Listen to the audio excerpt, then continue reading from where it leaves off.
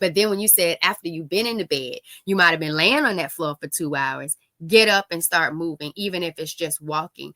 The healing is in the movement, or the movement is in the healing. Either way you look at it, you have to move, because the movement stimulates that energy to get it out of you, get it through you, but most importantly, not let it be stagnant inside of your body, inside of your mind, inside of your thoughts, your feelings, your beliefs. So I loved your breakdown of what it truly looks like to surrender, because you're surrendering to be able to get back to you. Yourself. And that was beautiful, Janeen. But you hit us with this statistic that I hadn't even heard about, that by 25 years almost, 50% of the population would experience cancer of some sort. So get you a plan together. Janeen, if you had the opportunity to get everybody ready who chose to listen to the Empowered Plates, Empowered Lives podcast, what would it look like for them to get themselves together now, starting today, in order to have a path that says, in the event that cancer knocks on my door of my temple, I am already ready and equipped because of my mindset, my eating habits, the way I move? Like, break that down. And if it doesn't, how am I keeping it away? By the way I'm showing up with my mindset, with my mindful eating, and with my movement. Set them free, Janeen. Absolutely. So first, I would just say take a breath, because just thinking about it can be overwhelming and can cause some distress, because it's really unfortunate that we're living in a time and an environment that is unfortunately conducive to the development of cancer. Once you get your breath together, then looking at your ecosystem. What does your environment look like? What are the sheets on your bed made out of? What are the ingredients in your pantry look like? Are you eating predominantly, I would say a minimum of 50% whole foods that are well sourced and, created and developed and cultivated with love? How are you managing your emotions? Do you have a good game plan? Just like, anybody that's at work has performance evaluations. Do a performance evaluation for the wellness and sustainability of your home.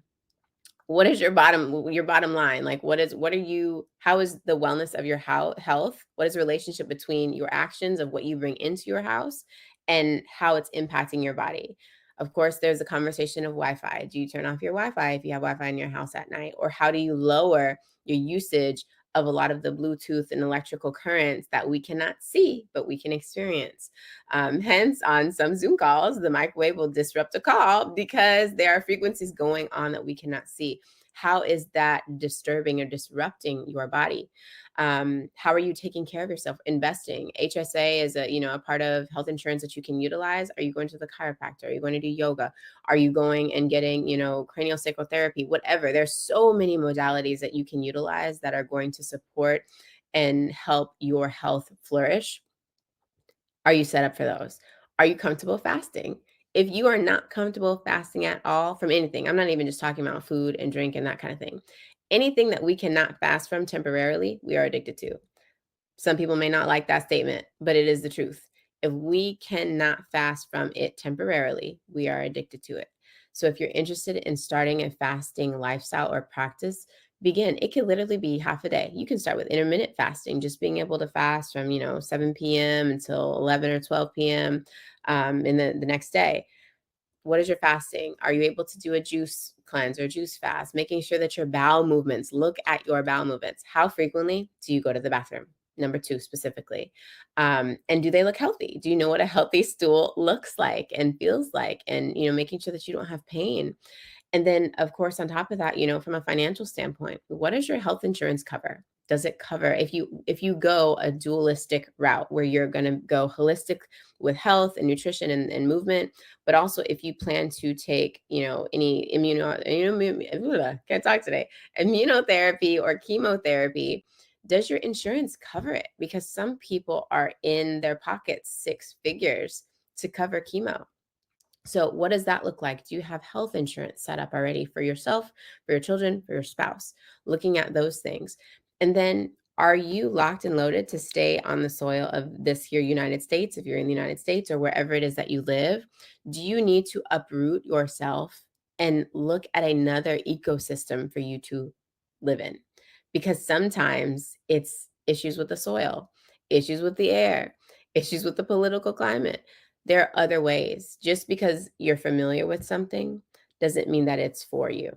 So being able to pivot your life in a way that is going to be supportive of the future and the longevity that you want for your life. I love it. Pivot to the future. Can you pivot to the future? And what is it that you see for yourself that you manifest for your future? I love it. So breaking it down, I was taking the notes.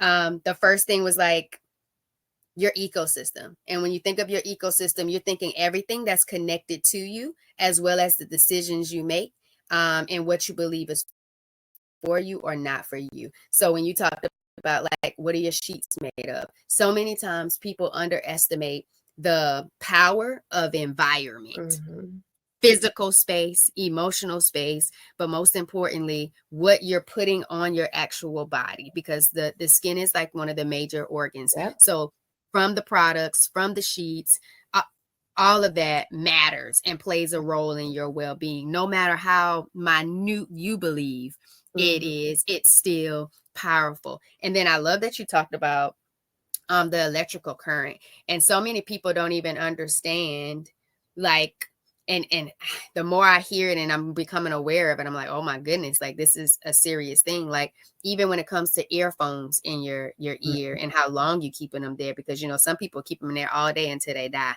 I've been like that person before. Like, you know, I'm just holding it because you don't want to hold the phone and put it up to your ear and they say it's bad. But even to think about the power of electrical current and what that does to your body, like that's a whole nother episode within itself to better understand that and how are you protecting yourself from it. Like even coming through the airport and, you know, you have to raise your hand up and they have to scan about it. It's like, this is not safe. I know you're trying to find it, but we have to find a better way of really making sure we're good to go versus you constantly exposing us to this just to get to our flight, to get to another destination. Like that has to be a different way. But when you talked about fasting, and I know because Janeen, we've had enough discipline to embrace different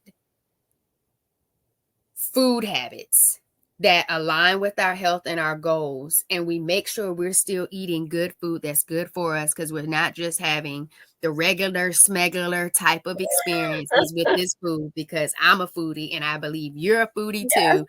Like we are able to make that shift because of our thoughts, feelings, and belief within ourselves, what it is that we believe for ourselves, how we care for ourselves, how we love ourselves. But food and the things that we can't stop, even for a short period of time, you pretty much said, I want you to be aware that this is addiction. And we're not saying just go without food, starve. That's not the mindset you're having. The mindset is you're giving yourself a break from. And if you feel like breaking from that is going to break you, that is where the problem aligns. And that's where you might need to do a little surrendering now that you're aware. And we already walked through that surrender. So that is some you work that needs to happen. And you got Janeen, you got me. We're all here to support you navigate through that process, because you have to give yourself grace. And we're not saying beat yourself up for it if you're not there yet. We just want you to know it's possible for you and you can do hard things, and you don't have to do the hard things by yourself. But that was big, as well as the insurance piece.